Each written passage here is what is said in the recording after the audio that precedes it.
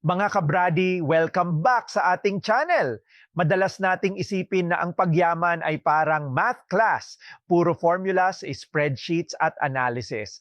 Pero nung binasa ko ang The Psychology of Money ni Morgan Housel, na-realize ko na hindi pala tungkol sa talino ang financial success, di ba? Kundi sa behavior. Paano ka mag-react kapag may bonus ka? O kapag nakita mo yung tropa mong may bagong iPhone na naman, diyan lumalabas kung paano ka mag-handle ng pera, hindi sa calculator, kundi sa ugali. Sa video na to, i-share ko ang 10 lessons na natutunan ko mula sa libro at kung paano natin to pwedeng i-apply sa totoong buhay nating mga Pinoy. Para makabuo tayo ng mas matibay na sistema, hindi lang pang theory, kundi pang realidad. Kaya kung ready ka na, let's dive in. At habang nanonood, isipin mo, anong behavior ang kailangan mong baguhin para mas gumana ang sistema mo? Lesson 1. Ang kambal, luck at risk. Sa Pilipinas, malakas talaga ang kultura ng swerte at malas. Pero sabi ni Morgan Housel, luck at risk ay parang kambal, magkamukha sila. Minsan, ang isang tao ay yumayaman hindi dahil genius siya, kundi dahil nasa tamang lugar at tamang panahon lang. Sa kabilang banda, hindi lahat ng naghihirap ay tamad. Minsan, tinamaan lang sila ng risk, mga bagay na wala sa kontrol nila, gaya ng biglaang pagkakasakit o pagbagsak ng ekonomiya. Lesson dito, huwag masyadong mayabang kapag panalo at huwag masyadong lugmok kapag talo. Be kind to yourself and to others kasi hindi natin laging nakikita ang buong kwento sa likod ng pera. Lesson 2, matutong magsabi ng enough. Sa panahon ngayon, uso ang grind hanggang mamatay at hustle culture. Lagi tayong tinutukso ng extra shift o side hustle kahit wala na tayong tulog dahil lang sa potential na dagdag income. Pero tanong, magkano ba talaga ang sapat?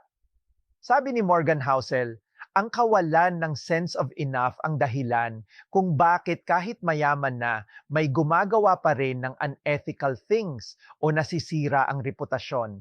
Kasi kung mindset mo ay laging more, baka masira hindi lang ang health mo, kundi pati relasyon mo sa pamilya.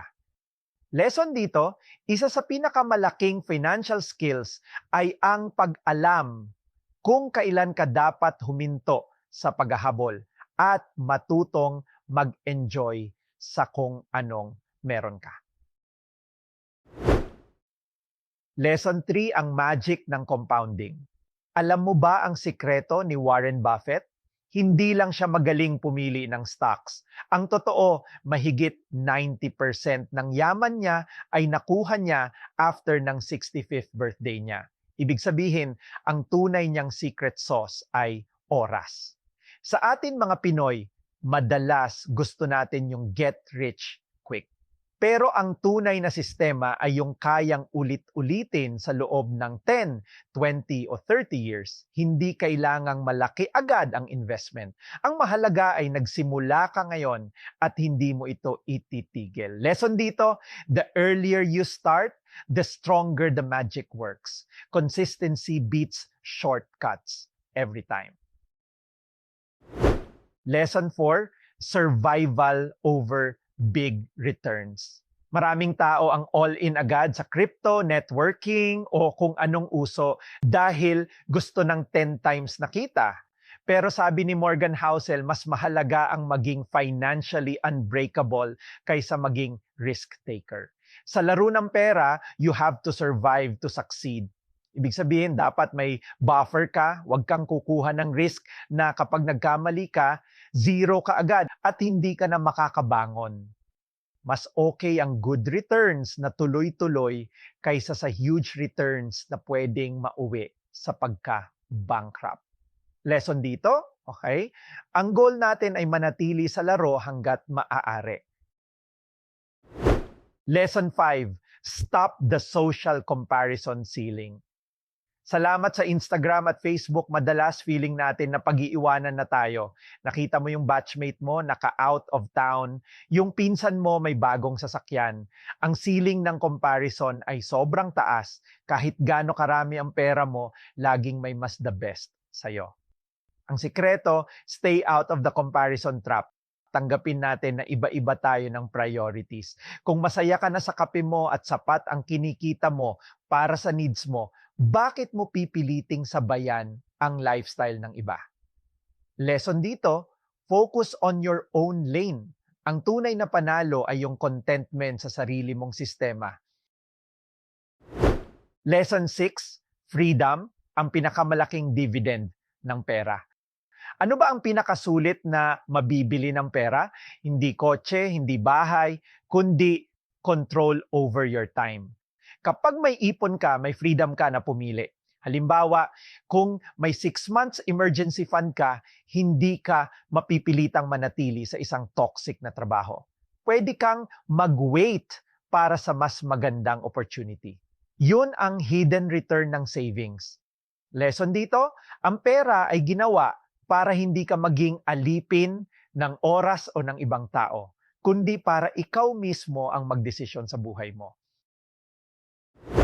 Lesson 7, iwasan ang single point of failure. Maraming Pinoy ang nabubuhay na isang paycheck lang ang inaasahan.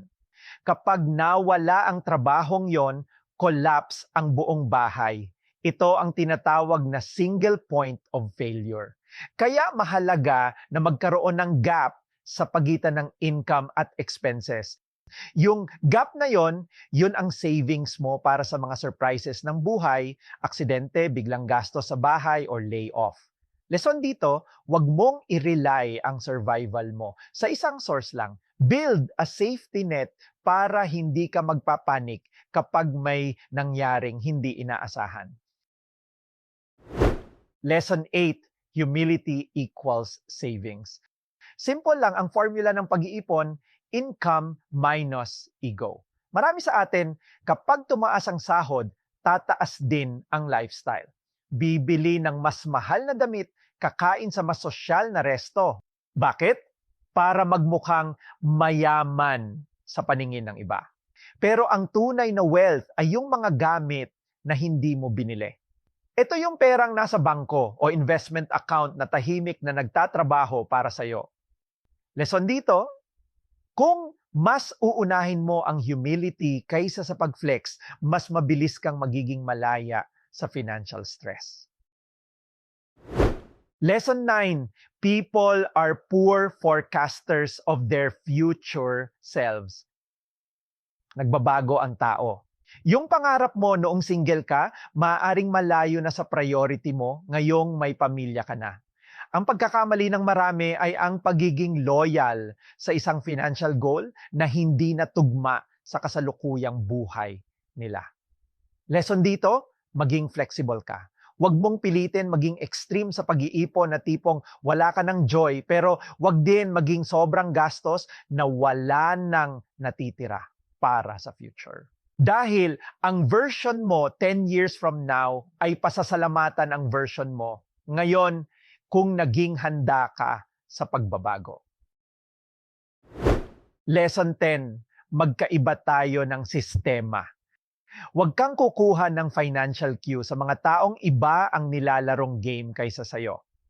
Kung ang isang day trader ay bumibili ng stock ngayon, baka dahil short term lang siya.